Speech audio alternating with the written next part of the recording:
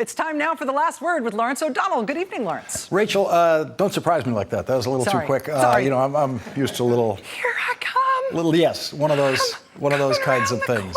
One of those kinds of things. So, Rachel, last night I had this news to break for you about the president's briefing that he got on January 6th, and it has changed everything about what we've been hearing the president say for the last year and a half. Since then, I'm going to show some of the video later in this hour about how after he knew what he knew, he continued to just relentlessly lie about it could have been someone else. It might not be the Russians. Well, if he knew, and he expressed at the time that he was persuaded by the evidence that he was presented, then presumably he'll have to give some explanation publicly at some point as to how he became unpersuaded, who unpersuaded him. There weren't that many people in the world other than Donald Trump who were arguing at the time that Russia didn't do it, other than, of course, the Russians. So I'm not sure who he's going to say persuaded him otherwise if he was initially persuaded that it had been Russia. But I'd love to hear his sort of origin story for how he came to that different understanding. I have to assume that as of tonight, he doesn't think the game has changed at all. I suspect he thinks he gets to continue to play the game of, yes, I accept that it was Russia, but it could have been someone else. Right. Well, we'll see. I mean, now that he's got Putin coming over for the midterms, presumably that might call the question. Yes. We will see. Thank you, Rachel. Well, at this hour last night, as we were just saying, we learned the dramatic story told in a breaking news report in the New York Times about how Donald Trump was presented with specific evidence of the Russian attack on our election 2 weeks before he was inaugurated. The New York Times reported that on January 6, 2017, President-elect Trump in Trump Tower was shown texts and emails from Russians who engaged in the attack on our election and other highly classified source material showing that President Putin directed and directly ordered this attack.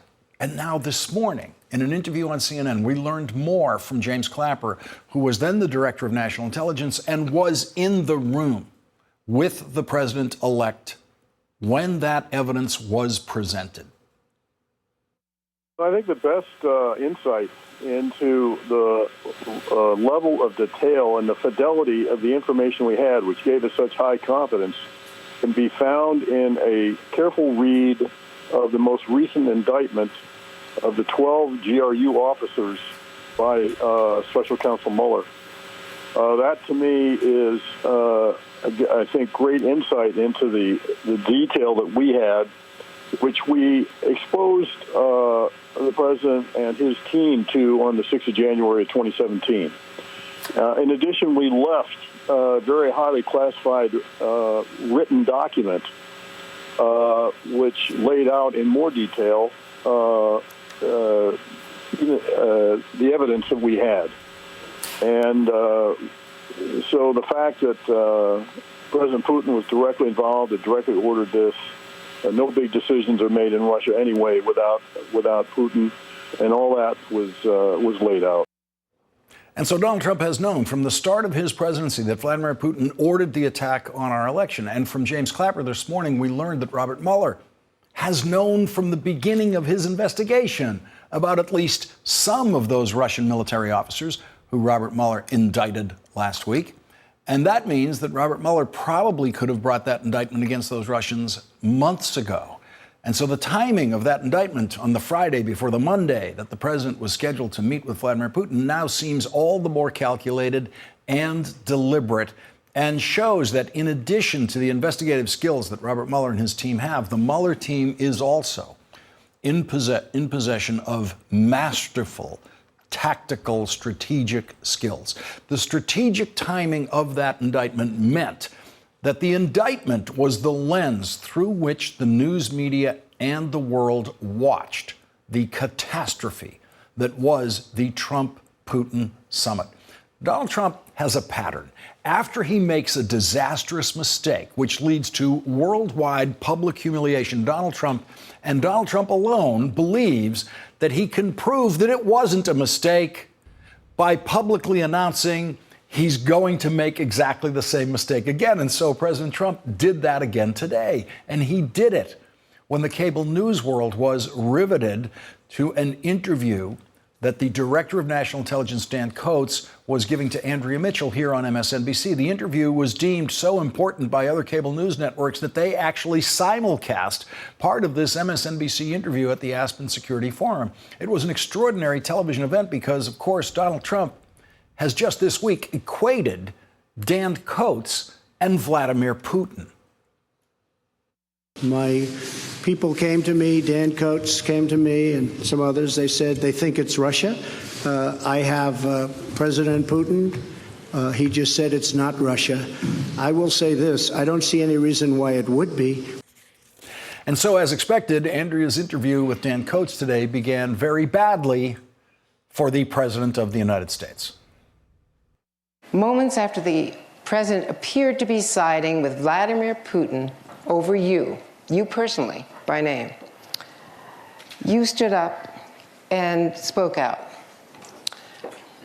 I'm wondering, why did you do that? I'm not surprised we're starting with Russia. I was just doing my job. I'm wondering, when you watched that in Helsinki, what was your gut reaction watching him validate Vladimir Putin's assessment over yours? Well, my thoughts there were that I believed I needed to correct the record for that, and that this is the job I signed up for, and that was my responsibility. Obviously, I wished he had made a different statement, but I think that now that has been clarified based on his late reactions to this. And so I don't think I want to go any further than that. And Donald Trump certainly didn't want him to go any further on that. And so, with the news world riveted to Andrea Mitchell's interview with Dan Coats, Donald Trump decided to shake things up by having his press secretary tweet an announcement that, in Donald Trump's mind and in his mind alone, proves that his one-on-one summit with Vladimir Putin was not a colossal, disastrous mistake. Watch Dan Coats' reaction when he learned from Andrea that the White House press secretary just tweeted that Donald Trump has invited Vladimir Putin to the White House. We have some breaking news. The White House has announced on Twitter that Vladimir Putin is coming to the White House in the fall. Say that again?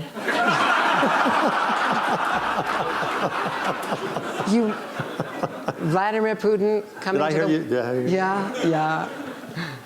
Okay. Yeah. That's going to be special. Dan Coats had already told Andrea that he has no idea what Donald Trump and Vladimir Putin discussed on Monday. And so obviously Dan Coats has no idea why President Trump is rewarding Vladimir Putin with an invitation to the White House. When Andrea opened up the questioning to others in the room, Carol Lee of NBC News said this.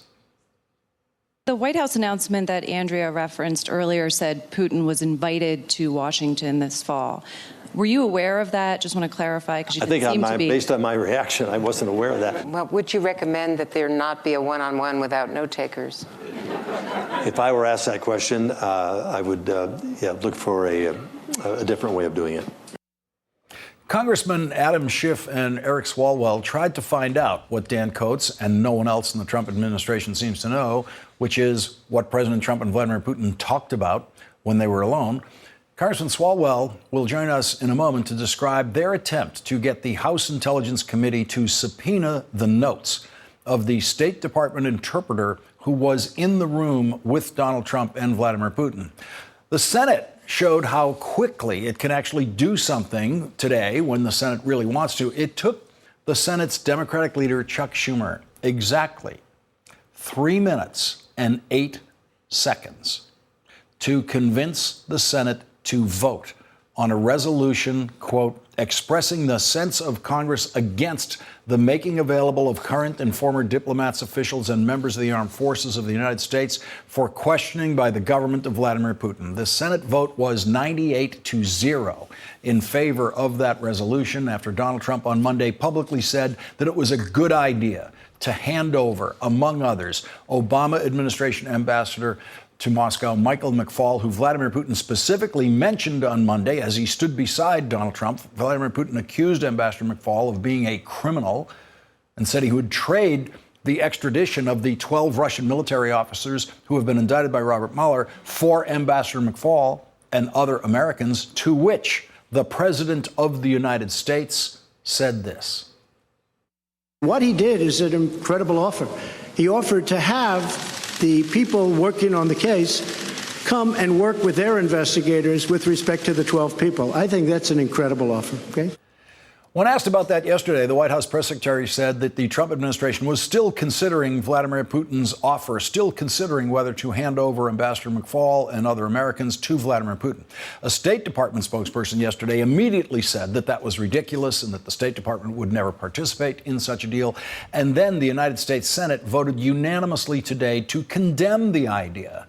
And so the most incompetent, bumbling White House staff in history and the most incoherent and weakest president in history once again completely backed down on what Donald Trump called an incredible offer from Vladimir Putin. Joining us now, Democratic Congressman Eric Swalwell from California, who's a member of the House Intelligence and Judiciary Committees, and Nicholas Burns, former ambassador to NATO and former Undersecretary of State for Political Affairs for President George W. Bush. And Ambassador Burns, I just want to go to you first on what Donald Trump called an incredible offer, this cooperating with Vladimir Putin and how Vladimir Putin wants to investigate, among others, Ambassador McFaul, possibly have him arrested, extradited to Moscow for trial. It was such an outrageous offer from Vladimir Putin. You have to wonder, Lawrence, why didn't Donald Trump just turn it down on the spot? I think all of us who are watching that extraordinary press conference from Helsinki thought this sounds like the worst deal that the United States could ever agree to. It took President Trump 4 days. Can you imagine the United States turning over David Kramer, Michael McFaul, outstanding public servants, to Russian intelligence agents? You can't imagine it, because we've never had a president so cynical and so ignorant of what's right and what's wrong. And you see this huge chasm between the president and everybody else in the government. You can't believe that Jim Mattis or Mike Pompeo or even John Bolton thought this was a good idea, but the president apparently did until today, when his hand was forced by that 98-0 vote. Ambassador, with your experience in the White House, tell us what you would expect to happen in a White House. It's inconceivable that a president could say something like that other than Donald Trump. But let's assume some other president said something that you really want to take back, that an offer made by Vladimir Putin or some other head of state sounded like a really good deal. The president says that in public. Everyone in the administration knows it's not a good deal. Here's what's wrong with it. Describe for us what would be the scene on Air Force One, the scene back at the White House, working on the problem that has just been created. And would it take any other White House more than half the week to come out with a statement saying, no, we're not going to do that? Well, first, you can't imagine any American president in our lifetime who would think about taking that offer for a second. But hypothetically, you have to speak truth to power. And in a normal White House with a normal, rational president who put the country's interests first rather than his interests first, you'd have a conversation where you'd say, you cannot accept this, and we have to strike this down and announce that we're striking it down immediately. And you'd send the White House spokesperson out or the national security advisor out to say something like, you know, the president must have misunderstood this proposal, or it wasn't communicated properly, but we're not going to do it. To take 4 days and to let honorable people like Mike McFaul and others have to wonder if their government was going to stand up for them. Think about the message to our NATO allies. I mean, here we've had this extraordinary week where Trump is treating Putin significantly better, with more respect than Angela Merkel or Theresa May, where he calls the EU a foe of the United States but treats Putin to a second meeting this autumn. He has an upside-down foreign policy, and it has no basis of morality or common sense or strategy that could possibly help the United States to succeed in the world. Congressman Swalwell, tell us about your effort to subpoena the interpreter's notes. Well, good evening, Lawrence and Ambassador. Lawrence, we had an open hearing in the Intelligence Committee today. Very rare that we do that, and it just happened to be by accident the same week where the president had this one-on-one meeting with Vladimir Putin. And because the president is a former prosecutor, I'll just say he has priors. He has disclosed national security information in the past to Russians in private because there's suspicion that he was executing secret deals by wanting to turn over Ambassador McFaul. There's a high concern that we want to know what he has exposed us to or what he has told them. So we asked the Republicans, so many of them on this committee, by the way, they put out tweets over the past couple days of concern. We wanted to see if they were serious. And so Ranking Member Schiff and I put a motion forward during our hearing to subpoena the translator and bring that person in a closed hearing so we could just learn what national security deals are at risk and what secrets have been exposed. They voted it down along party lines, Lawrence, which shows me that they are not quite there yet as to wanting to protect our country over this president. And Senator Jeff Flake has said he's wondering whether you should get the interpreter's notes. The unprecedented nature of the request and even the request for the subpoena is what has slowed down a lot of Republican senators. That's what they're citing. But this is, I think you would make the case, an unprecedented situation. It's not like you and Congressman Schiff are constantly asking for interpreter's notes. That's right, Lawrence. And we gave careful consideration of this, and that's why we asked for it to be first, in a closed session, so there was no spectacle of a public hearing. But again, the president has demonstrated time and time again that he should not be given the courtesy of precedent because he acts in such extraordinary ways. And to see today that the lesson that he has taken away from the way he acted and the way the American people have themselves reacted to his meeting with Vladimir Putin, to invite him back to the White House shows that he either has missed the message or doesn't care. Lawrence, Vladimir Putin attacked America. When your house is broken into, you upgrade your home security system. You don't invite the burglar over for dinner. So all we can do now in Congress is to make sure that we upgrade the security system. And that includes right now protecting the United States against our own president and his relationship with Vladimir Putin. Senator Chuck Schumer said today, until we know what happened at that 2-hour meeting in Helsinki, the president should have no more one-on-one interactions with Putin in the United States, in Russia, or anywhere else. Ambassador Burns, your reaction to that? Oh, I think it's just common sense. You always want to have a record of what our guy or gal says and what the other person says. You always have the national security advisor or a White House staffer in the room. You don't want the Russians to come back, which they will, to say that President Trump promised this or that. Even if he didn't promise it, you want to be able to defend yourself, and they've really left themselves exposed here, the White House. And you got to hope that the president will find some common sense if he does have another meeting, which I think is extremely ill-advised anyway, to invite our most dangerous adversary to Washington, D.C., a visit of honor. He should be inviting Angela Merkel, Theresa May, the European leadership, and put NATO back together after his wrecking ball tour of Europe. Ambassador Burns, a quick one before you go. Dan Coats said today he suspects it to be likely that the Russians at least tried to record that meeting, or very likely they do have a recording of that meeting. Do you agree with that in your experience? Yeah, diplomatic practice is that you don't record meetings, but the Russians, I think, have a practice of violating most understanding. So Dan Coats is a man of great principle and honor, and I think he's probably right. Congressman Eric Swalwell and former Ambassador Nicholas Burns, thank you both for starting us off tonight. Thank you. Really appreciate it. Thank you.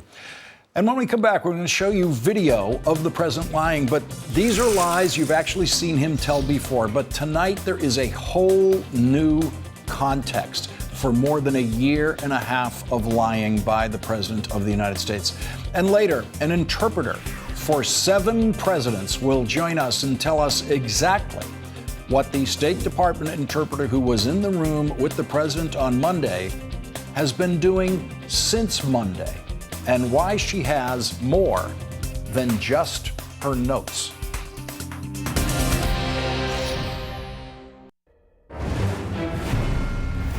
We have breaking news at this hour from the Washington Post indicating that Dan Coats is now in trouble, thanks to his interview with Andrea Mitchell today. The Washington Post is reporting inside the White House, Trump advisors were in an uproar over Coats's interview in Aspen, Colorado. They said the optics were especially damaging, noting that at moments Coats appeared to be laughing at the president, playing to his audience of the intellectual elite in a manner that was sure to infuriate Trump. Coats has gone rogue, said one senior White House official who spoke on condition of anonymity to provide a candid assessment. Now, we're going to show you more of Dan Coats' interview with Andrea Mitchell, and you can make your own judgment about how you think this president would react to that. But we also have new video of the president lying tonight. And you've actually seen some of this video over the last year and a half. But we will now see it in the new context of the fact revealed at this hour last night by the New York Times that President-elect Trump was fully briefed by the heads of our intelligence agencies on January 6, 2016 in Trump Tower about exactly how Russian military officers, following the specific orders of Vladimir Putin, attacked our election with the intention of hurting Hillary Clinton's campaign and helping Donald Trump to win. And we know that Vladimir Putin wanted Donald Trump to win, not just because the American intelligence agencies found that, but because Vladimir Putin said that on Monday. Did you want President Trump to win the election, and did you direct any of your officials to help him do that? Yes, I did. Yes, I did. Because he talked about bringing the U.S.-Russia relationship back to normal. Did you want him to win, and did you direct any of your officials to help him do that? Yes, I did. Yes, I did. Donald Trump was told that by the heads of our intelligence agencies on January 6th, 2017. He was shown emails and texts from some Russian military officers, possibly including some or all of the officers who were indicted on Friday, showing what they were doing online to attack our election. Donald Trump was shown all that. He was shown what they were doing to help Donald Trump win. So Donald Trump has known that it was the Russians, following Vladimir Putin's orders, who attacked our election. He has known that every single day of his presidency. And so now, let's listen again to President Donald Trump lying about that over and over again for the last year and a half, beginning 5 days after he was told in Trump Tower that the Russians did it. As far as hacking, I think it was Russia, but I think we also get hacked by other countries and other people. You don't think it's phony that the Russians, tried to meddle in the election? You believe that? I don't know. Could have been China, could have been a lot of different groups. I think it was Russia, but I think it was probably other people and or countries. And I see nothing wrong with that statement. Nobody really knows. There was meddling, and probably there was meddling from other countries and maybe other individuals. Joining our discussion now, John Heilman, national affairs analyst for NBC News and MSNBC. He's the co-host and executive producer of Showtime's The Circus. And Ron Klain, former chief of staff to Vice Presidents Joe Biden and Al Gore, and a former senior aide to President Obama. He is also a former chief counsel of the Senate Judiciary Committee. And let's go straight to the breaking news of the hour. John Heilman, big surprise inside the Trump White House. Dan Coats seems to be in big trouble. Not the least surprising news of the day, Lawrence. And in fact, it really bolsters the speculation that we've had around already today, the possibility that Trump watching Coats, talking to our colleague Andrea Mitchell, was so enraged that he decided to send out the tweet through Sarah Huckabee Sanders announcing that Putin was coming to Washington in order specifically to try to basically troll or diss or whatever you want to call it Dan Coats in the middle of the interview that he was doing. This reporting seems to provide some basis for that kind of speculation. And of course, Coats is in trouble because he did not toe the line in the way that Trump would want him to. As I watched the interview today, I said to myself, Dan Coats' days are numbered. Well, let's then, therefore, listen to more of what Dan Coats had to say. Here he is with Andrea Mitchell saying, what was it like to have the president alone for 2 hours with Vladimir Putin? Let's listen to that. In Helsinki, the president was alone with Vladimir Putin for 2 hours, more than 2 hours, with only translators. Basically, how do you know what happened? You were on the dark side of the moon. How do you have any idea what happened in that meeting? Well, you're right. I don't know what happened in that meeting. I think as time goes by, and the president has already mentioned some things that happened in that meeting, I think we will learn more. But that is the president's prerogative. If you had asked me how that ought to be conducted, I would have suggested a different way. But that's not my role. That's not my job. So it is what it is. Is there a risk that Vladimir Putin could have recorded it? That risk is always there. Ron Klain, there's someone sitting there stating the obvious, but that's the kind of thing that the Trump White House can't stand. No, they can't stand the obvious. Obviously, President Trump kicked this off by doing the solo meeting with no real accountability and then standing up in front of the world and saying basically he trusted his director of national intelligence less than he trusted the president of Russia. And I think that, it's no surprise we are where we are. But I do think it's worth noting that it's shocking, really, that Dan Coats still hasn't been briefed on what happened in that one-on-one meeting. He said there with Andrew Mitchell, he doesn't know what happened, even after the fact. So that means the president essentially, the Russians and the Russian side of this, they know what happened in that meeting. They are using that information. They are pulsing their intelligence networks. And our intelligence officials don't know what happened in that meeting. They don't even have Trump's account of what happened in that meeting. That's a disparity in the intelligence world right now that's potentially harmful to the United States. And the great thing about having Andrea doing this interview is that she knows that not all important stories occurred this week. Here she is taking us back to that Oval Office meeting with the Russian ambassador. Let's listen to this. Did you know beforehand that Kislyak and Lavrov, the ambassador and the foreign minister, were going into the Oval Office that day? I did not. What was your reaction afterwards? I mean, we all learned about it from Tess. Probably not the best thing to do.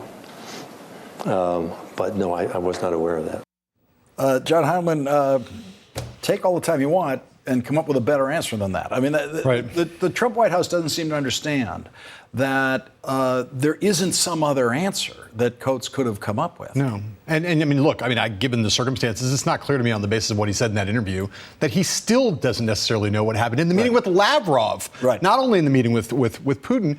And what Coats learned today is what we all learned. We all learned something about what happened in the meeting with Putin today. We learned that one of the things they talked about in that 2 hours is that whatever Vladimir Putin has on Donald Trump is enough to win him a summit meeting with Donald Trump in Washington, D.C. After assaulting our democracy, after putting his thumb on the scale, after waging this information war against the United States, while he's still ongoing with those same kind of activities, he has enough leverage over Trump that he could get Trump to invite him to Washington this fall. That is the kind of leverage that he has, and that is one of the many things that should make people terrified about what else happened in those 2 hours, because this is mostly a symbolic thing, but it is the most embarrassing symbolic thing you could possibly do. Vladimir Putin basically has executed one of the most successful counterintelligence operations in the history of humanity against the United States, and for that he has not been punished by Donald Trump. He has been rewarded by Donald Trump, and he's humiliating the President of the United States and America at the same time in the most flagrant way possible, and Donald Trump is not only taking it, but taking it with a smile on his face. Ron Klain, I want you to go back to your Democratic strategist days, both in the Senate and the White House, and just do one note of politics on this. You're the Democrats. You hear today that Donald Trump, who has just had the most colossally disastrous summit in the history of summits with Vladimir Putin, wants to have another one, apparently during campaign season in the fall. Yeah, honestly, you don't really need to be a Democratic strategist to figure out that is not good strategy for the Republican Party.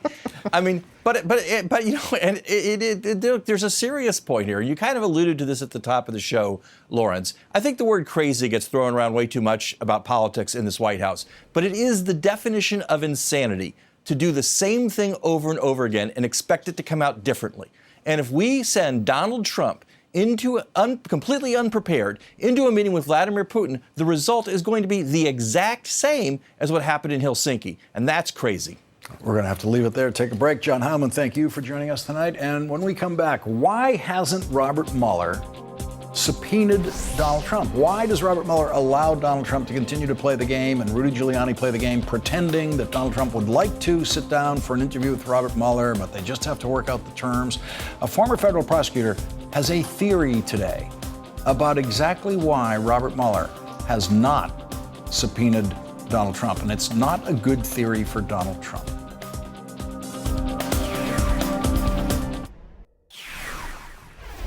Last night, when I told Rachel about the breaking news New York Times report that President Trump was told before he was inaugurated by leaders of our intelligence services that Russia attacked our election, and they showed President-elect Trump conclusive proof of that, Rachel made an important observation about what that could mean to the Mueller investigation.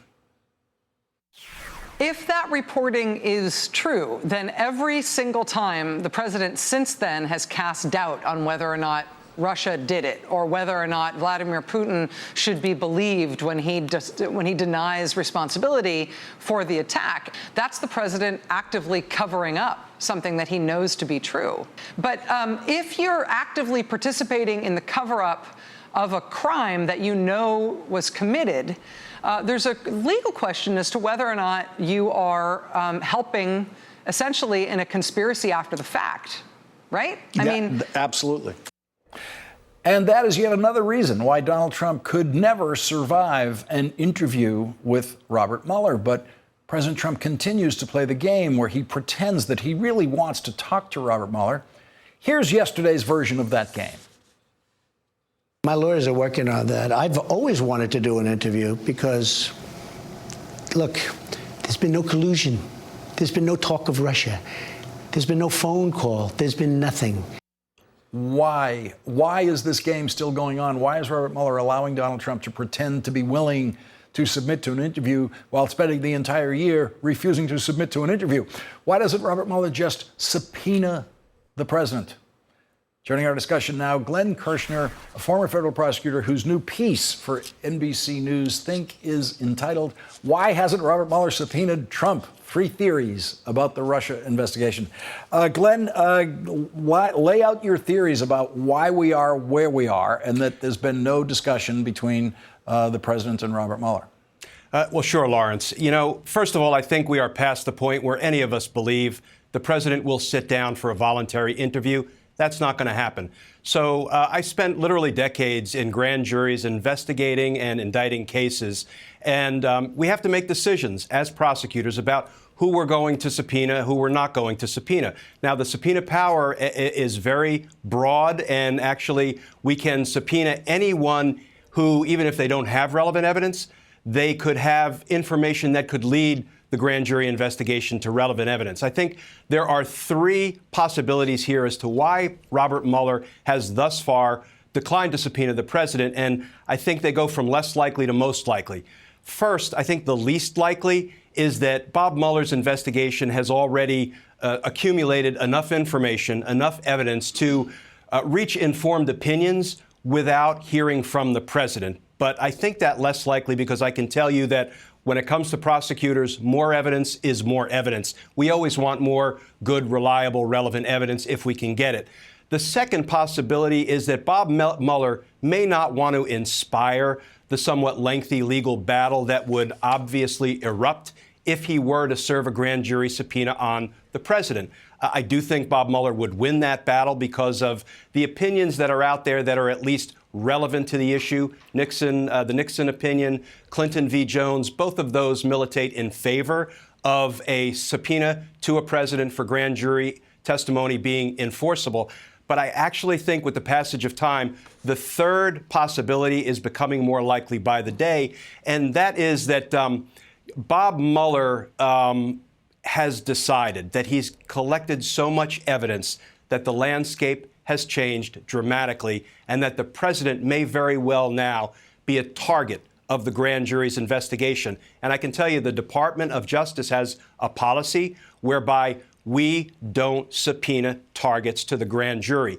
The reason for that, Lawrence, is because just as we can't force a defendant to trial in his own criminal trial because he or to the stand rather in his own criminal trial because he has a Fifth Amendment right against self-incrimination, we generally have a policy against serving a grand jury subpoena, which is a court order, on a witness who is a target of the investigation, because not unlike the trial scenario, that would be basically compelling a target of an investigation to give incriminating information about himself. I will say there's an exception to the policy that can be pursued, but in my 30 years as a federal prosecutor, I have never once subpoenaed a target, and I have never seen a target of the investigation being subpoenaed. I think that becomes more likely by the day. And you pointed out in your piece that Paul Manafort was not subpoenaed, and that is the common practice, that someone who they're going to charge was not subpoenaed. Nor was Rick Gates, nor was Alex van der Zwaan. So we do see a pattern emerging that's quite telling. Glenn Kirshner, thank you very much for joining us tonight. Really appreciate it. Thank you, Lawrence. And coming up, there is one government official who knows what was said in that meeting between Donald Trump and Vladimir Putin.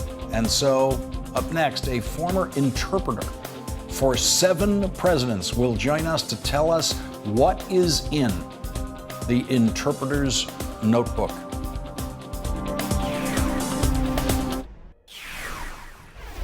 The only American government official who knows what happened in President Trump's meeting with Vladimir Putin is Marina Gross. She is the State Department interpreter who was at the president's side in that room. Here she is in Russia in 2008 on an easier assignment, interpreting for First Lady Laura Bush. Here she is in a serious business meeting in Moscow with Secretary of State Rex Tillerson last year. Marina Gross never had more pressure on her as an interpreter than she did on Monday. And because she was in the room with the only president ever elected with the help of Vladimir Putin, and because Donald Trump is now under investigation by a special prosecutor, Democrats in Congress and some Republicans really want to know what was said in that room, and they think Marina Gross is the only person who can tell them, because the President of the United States is a proven liar. And so Democrats are trying to subpoena Marina Gross's notes. But there is another important document that Marina Gross has by now prepared that is probably much more illuminating than just her handwritten notes. As I said last night at this hour, interpreters normally prepare what they call a memcon, memo of conversation. They use their sometimes illegible notes to prepare a full memo of what was said at the meeting. And when we come back, we'll tell you who has that memo tonight and when you might be able to see it. And if Robert Mueller has already subpoenaed that memo.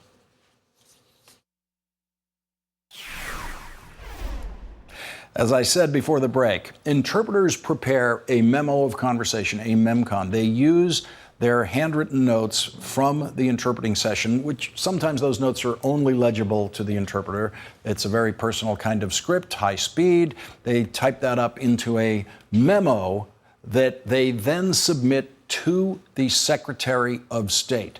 That memo is subsequently delivered to the National Archives. The Secretary of State should have Marina Gross's memo, memcon, of Monday's conversation between Vladimir Putin and Donald Trump. Secretary of State Pompeo should have that memo already. The National Archives should be getting it soon, and the National Archives normally holds those memos as essentially top secret for about 17 years. And at that point, scholars and researchers might get access to that memo for books and other research projects. There is more pressure and attention on Marina Gross tonight than there has ever been on a presidential interpreter. And joining us now to share his experiences as a presidential interpreter is Harry Obst, who was an interpreter for 7 consecutive United States presidents, beginning with Lyndon Johnson, all the way to Bill Clinton. And Ron Klain is also back with us. And Harry Obst, you were interpreting German in meetings with the president. And so tell us what the process is both during and immediately after those sessions. Well, during the session, you usually have 2 professional interpreters, one from our side and one from the other side, the other prime minister, the chancellor, whoever it might be. If it's a one-on-one and there are no note-takers and nobody else is in there, it is up to the interpreter to prepare the memorandum of conversation. We call it MEMCON. This memorandum is written on the basis of interpreting notes that have nothing to do with verbatim narrative, and the memory of the interpreter. Interpreters have well-trained memories. So when this document goes to the Secretary of State, it goes to the National Archives, at the bottom of it, it will say, this was prepared from interpreting notes and memory and is not a verbatim transcript of everything that was said. And the Secretary of State has authority to share that memo with other members of the administration? No, not necessarily. The interpreters being located at the State Department and being civil servants under the Secretary of State, they would turn the memo to the Secretary for safekeeping. And if it's a one-on-one, however, with the President and a foreign leader, it will then have to go to the White House. And normally the Secretary of State can keep a copy, but most of these memoranda are classified top secret, no dis. No dis means that other people that have a top secret clearance cannot read it. It can only go to the participants in the meeting, and as only the President's the only participant in the meeting, it sort of becomes his property. And Ron Klain, it seems this would be of interest to Robert Mueller. The congressional committees seem unlikely to subpoena it. We saw the House on a vote today. That committee failed to choose to issue a subpoena. But it seems like there's nothing that would prevent Robert Mueller from subpoenaing the memorandum of conversation and the original notes. Well, nothing to prevent it except, I'm sure, a vigorous effort by the White House to suppress it. I think this memo, we don't really know if it went through the usual process. We don't really know if Secretary Pompeo has seen it. We don't really know exactly what instructions the interpreter got for where this memo should go and who should or shouldn't get it. The fact that Dan Coats, the Director of National Intelligence, says that he still didn't know what happened at that meeting suggests that maybe the meeting wasn't even circulated, the memo wasn't even circulated to the most high-level, sensitive people in the government. So, I will be shocked if this memo winds up in Robert Mueller's files anytime soon, that's for sure. Harry Obst and Ron Klain, thank you both for joining us tonight. Really appreciate it. Thanks, Lawrence. You're certainly welcome. Tonight's Last Word is next.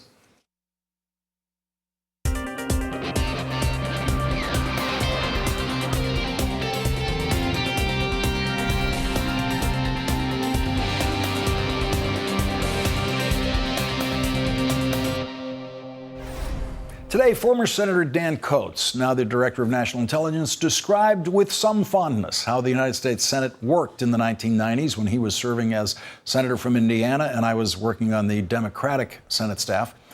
And we both remember it pretty much the same way. Bob Dole, George Mitchell had, I think, a very successful relationship, even though we were on a different page policy-wise and so forth, in using a process to come to a conclusion.